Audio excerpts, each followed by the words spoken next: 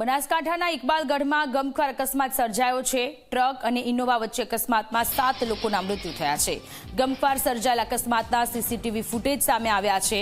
ઘટનામાં અન્ય 3 લોકોને ઈજા થતા હોસ્પિટલ ખસેડવામાં આવ્યા છે। તમામ મૃતકો રાજસ્થાનના રહેવાસી છે। સમગ્ર મામલે પોલીસે ગુનો નોંધી તપાસ હાથ ધરી છે। ગમખ્વાર અકસ્માત મામલે ગુજરાત ભાજપ અધ્યક્ષ જગદીશ વિશ્વકર્માએ ટ્વીટ કર્યું, આ દુર્ઘટનામાં જીવ ગુમાવનારા દિવંગતોના આત્માની શાંતિ માટે પ્રાર્થના કરું છું અને શોકગ્રસ્ત પરિવાર પ્રત્યે ઊંડી સંવેદના વ્યક્ત કરતું હોવાનું તેમણે ટ્વીટ કર્યું છે। તો બનાસકાંઠામાં અકસ્માતના આ સીસીટીવી દ્રશ્ય સામે આવ્યા છે। સમગ્ર મામલે પોલીસે તપાસ હાથ ધરી છે। તમામ મૃતકો રાજસ્થાનના રહેવાસી હોવાનું સામે આવ્યું છે। બનાસકાંઠાના ઇકબાલગઢમાં આ ગમખ્વાર અકસ્માત સર્જાયો છે, જેને લઈને જગદીશ વિશ્વકર્મા કે જેમણે ટ્વીટ કર્યું છે તે 7 લોકોના મૃત્યુ થયા છે। ટ્રક અને ઇનોવા વચ્ચે અકસ્માત થયો છે।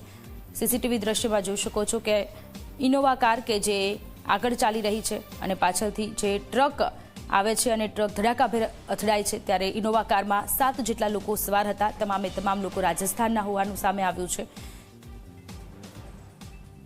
તો આ 2 દ્રશ્ય છે, એક સીસીટીવીના અને બીજા દ્રશ્ય કે પોલીસની ટીમ ત્યાં પહોંચીને તપાસની કામગીરી કરી રહી છે।